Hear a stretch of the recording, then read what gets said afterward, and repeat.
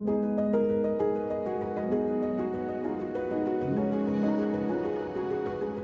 het definitief baie uitdagings met munisipale water. Daar is maar tye wat daar wel waterbekampings is. En dan sit ons met 600 kindertjies wat nie toegang het tot water nie. Dit beteken ablisieblokke kan nie gebeur nie, kinders het nie drinkwater nie en ons kan nie kinders 7 ure 'n dag by skool hou sonder drinkwater nie. Ons het nou 'n nuwe projek afgeskop hier by Laerskool Voorwaarts wat ons boorgat bietjie opdateer, wat ons nuwe pompe en drukpompe insit.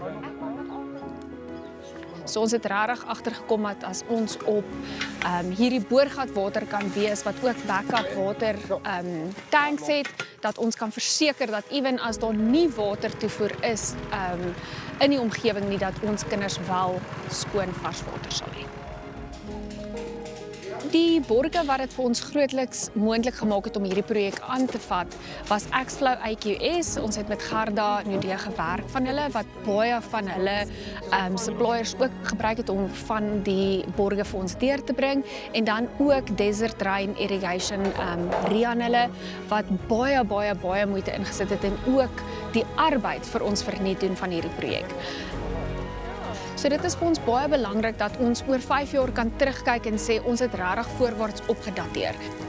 Kan ons kyk om beter sportvelde te hê en ons as Voorwaarts kan ook dan weer ons onmiddellike gemeenskap uithelp wanneer daar ook watertekorte is, sodat ons ook so teruggee aan ons gemeenskap.